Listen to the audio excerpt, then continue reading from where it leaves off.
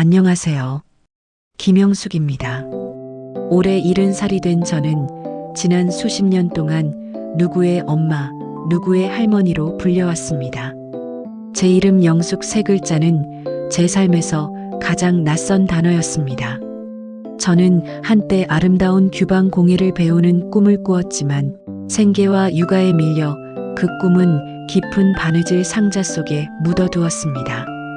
30년을 살아온 이 집에서 며느리 지혜가 들어온 후 제 자리는 점점 사라졌습니다. 새벽 5시 기상, 깐깐한 요구사항에 맞춘 집안일은 저의 월급 없는 일상이었습니다. 제가 유일하게 숨쉬던 작은 다용도실마저 재활용품 보관소로 지정되면서 저는 이 집의 주인이 아니라 얹혀 사는 짐짝임을 깨달았습니다. 어느 날 손녀 예나 덕분에 잃었던 규방 공예 도구를 꺼내 조각보를 만들었고 예나는 큰 칭찬을 받았습니다. 벅찬 기쁨도 잠시, 그날 밤 아들 내외의 대화가 저를 멈춰 세웠습니다. 여보, 어머니가 자꾸 당신 삶을 살려고 하는 것 같아. 이제 와서 무슨 취미야? 사치지. 그냥 조용히 쉬셔야지. 며느리. 제 유일한 꿈이 사치로 치부되었습니다. 이어지는 대화는 더 잔인했습니다. 요즘 실버타운이 그렇게 잘 되어 있대요. 우리도 이제 편하게 살아야 하지 않을까? 어머니 몫의 집은 저희한테 상속하면 되잖아요. 아들은 침묵했습니다. 그 침묵은 저를 향한 비수였습니다. 저는 이들에게 따뜻한 엄마가 아니라 처리해야 할 골칫덩이였던 것입니다. 그날 이후 저는 겉으로는 똑같은 일상을 유지했지만 속으로는 거대한 계획을 추진했습니다. 저는 남편이 들어준 보험과 모아둔 적금을 확인했습니다. 혼자 노년을 보낼 충분한 자산이 있었습니다. 제가 꿈꿔왔던 장소는 보성 녹차밭 근처의 작은 황토집이었습니다. 푸른 녹차의 기운을 받으며 공예를 다시 시작할 수 있는 곳. 오랜 친구 경숙의 도움으로 조용히 집 계약을 완료하고 이사 준비를 마쳤습니다. 30년 살았던 집이었지만 정작 나의 것이라 부를 만한 물건은 얼마 되지 않았습니다. 드디어 D-데이, 저의 70번째 생일. 아들 내외는 근사한 외식 자리를 마련했습니다. 온 가족이 모인 자리, 저는 조용히 품속에서 제가 만든 복, 놀이개, 손수건, 한복 인형을 마지막 선물로 건넸습니다. 그리고 준비했던 봉투를 식탁 위에 올렸습니다. 준호야, 지혜야, 너희에게 할 말이 있다. 아들 내외가 봉투 속 서류들을 펼쳤습니다. 이 집의 명예 이전 서류와 제가 인출한 현금 증명서가 들어 있었습니다. 그들의 얼굴색이 순식간에 변했습니다. 어머니, 이게 뭐예요? 집을 저희에게 주시는 거예요?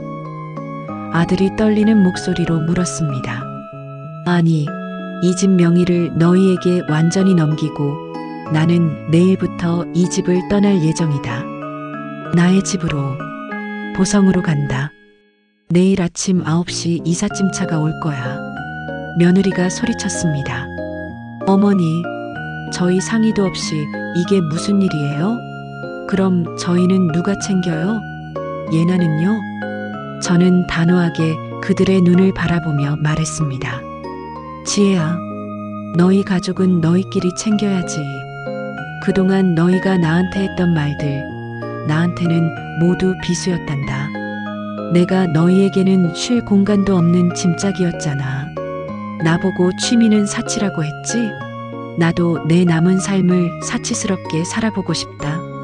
아들이 후회하며 저를 잡으려 했지만 저는 이미 결심을 굳힌 뒤였습니다. 내가 가장 힘들 때 너희는 내 손에 들린 밥주걱을 걱정했지. 이제 그 계약은 끝났다. 저는 아들에게 집 명의를 넘기는 대신 조건을 걸었습니다. 이 집은 너희에게 넘긴다. 이 현금은 너희가 나를 위해 쓴 돈이라 생각하고 보관하거라. 하지만 다시는 내 삶에 간섭하지 마라. 그게 너희가 나에게 해줄 수 있는 유일한 효도다. 며느리는 눈물까지 글썽이며 저에게 이기적이라고 소리쳤습니다. 저는 조용히 미소 지으며 대답했습니다. 그래, 내 말이 맞다. 70년 동안 이타적으로 살았으니 남은 시간은 이기적인 영숙이로 살겠다. 그날 밤 저는 30년 만에 가장 깊고 평화로운 잠을 잤습니다. 다음 날 아침 보성으로 향하는 기차를 탔습니다. 제가 도착한 작은 황토집은 햇살 가득 상쾌한 녹차향으로 가득했습니다. 바로 제가 꿈꾸던 영숙의 공간이었습니다. 저는 깨끗하게 정리된 작업대 위에서 30년 만에 처음으로 나만을 위한 작품, 푸른 녹차잎을 닮은 조각보를 만들기 시작했습니다. 한 땀 한 땀 바느질을 할 때마다 잃어버렸던 제 영혼의 조각들이 맞춰지는 기분이었습니다. 2달 후 아들 가족에게서 편지가 도착했습니다. 손녀 예나의 삐뚤빼뚤한 글씨와 며느리의 짧은 메모가 담겨 있었습니다. 어머니, 죄송합니다. 이곳에 어머니의 빈자리가 너무 큽니다. 건강하세요. 저는 답장했습니다. 할머니는 이곳에서 매일매일 행복하단다. 너희도 너희만의 행복을 찾아가렴. 할머니의 조각보를 보거라. 그 안에 할머니의 사랑이 담겨 있으니 저는 이제 김영숙으로 삽니다. 마당에 앉아 차를 마시고 이웃들과 함께 공예품을 만들며 웃습니다. 누군가의 희생이 아닌 저만의 기쁨과 만족으로 가득 찬 하루하루입니다. 시청자 여러분, 혹시 지금 여러분의 이름 석자를 잊은 채 살고 계시다면 오늘 이 이야기를 듣고 용기를 내세요. 70세에도 80세에도 우리의 인생은 언제든 다시 시작할 수 있습니다. 저의 이야기가 여러분의 삶에 작은 따뜻한 불씨가 되기를 바랍니다. 다음 주에 또 다른 감성 이야기로 찾아뵙겠습니다. 감사합니다.